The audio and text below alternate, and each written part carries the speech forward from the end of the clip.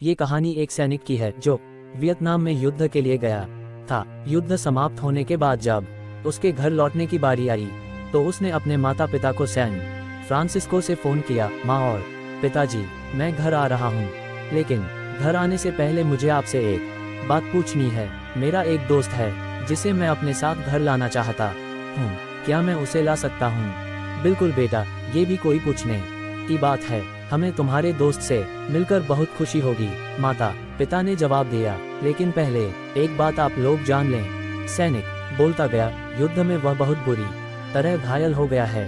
उसने एक बारूदी सुरंग पर पैर रख दिया था और उसमें उसने अपना एक हाथ और पैर गंवा दिया है। उसके पास कोई जगह नहीं है जहां वो जा सके, इसलिए मैं उसे अपने साथ रहने के लिए लाना चाहता हूँ। उसकी यह बात सुनकर उसकी माँ बोली, बेटा, तुम्हारे दोस्त के बारे में जानकर हमें बहुत दुख हुआ। हो सकता है हम उसके रहने के लिए कोई जगह तलाश कर सकें। नहीं माँ, मैं चाहता हूँ कि वो हमारे साथ रहे। लेकिन बेटा, अब पिता ने कहा, तुम समझ नहीं रहे हो कि तुम क्या चाह रहे हो। इस तरह का अपाहिज व्यक्ति हमारे लिए कितना बड़ा बोझ होगा। हमारी अपनी जिंदगी है जीने के लिए और हम नहीं चाहते कि इस तरह की कोई भी परिस्थिति हमारी जिंदगी में दखल दे। मेरे हिसाब से तुम्हें अकेले घर आना चाहिए और अपने दोस्त को वहीं छोड़ देना चाहिए। वह अपनी जिंदगी जीने के लिए कोई न कोई रास्ता निकाल लेगा। सुनकर उस सैनिक ने फोन रख दिया। कुछ दिनों बाद उसके माता पिता को सैन फ्रांसिस्को पुलिस से एक संदेश मिला जिसमें उन्हें बताया गया कि उनके बेटे की एक बिल्डिंग से गिरकर मौत हो गई है। पुलिस के हिसाब से ये एक सुसाइड केस था।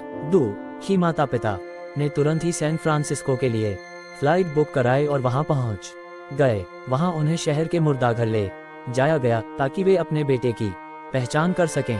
उन्होंने उसकी पहचान कर ली, किंतु ये देखकर उनकी कँपकँपी छूट गई कि उनके बेटे का बस एक हाथ और एक पैर था। दोस्तों, इस कहानी में जो माता पिता हैं वे हम में से बहुत से लोगों की तरह हैं जो अपनी सुविधाओं को सबसे अधिक महत्व देते हैं। वे उन लोगों से प्यार करना या रहना या समय बिताना चाहते हैं जो दिखने में अच्छे हैं, स्वस्थ हैं, या फिर जिनके साथ रहकर उन्हें मजा आता है। वे ऐसे लोगों को पसंद नहीं करते जो देखने में स्वस्थ, सुंदर या स्मार्ट नहीं हैं, या जिनके साथ वे मजा नहीं कर पाते, या जो किसी भी रूप में उनके लिए असुविधाजनक हैं। वे ऐसे लोगों से दूरी बनाकर रखते हैं, लेकिन कभी कभी उनके इसी व्यवहार के कारण उनके सामने ऐसी परिस्थितियां उत्पन्न हो जाती है जब उन्हें पछताना पड़ता है। आइए लोगों को वे जैसे हैं वैसे ही अपनाएं और ज़रूरत पड़ने पर उनकी मदद करें।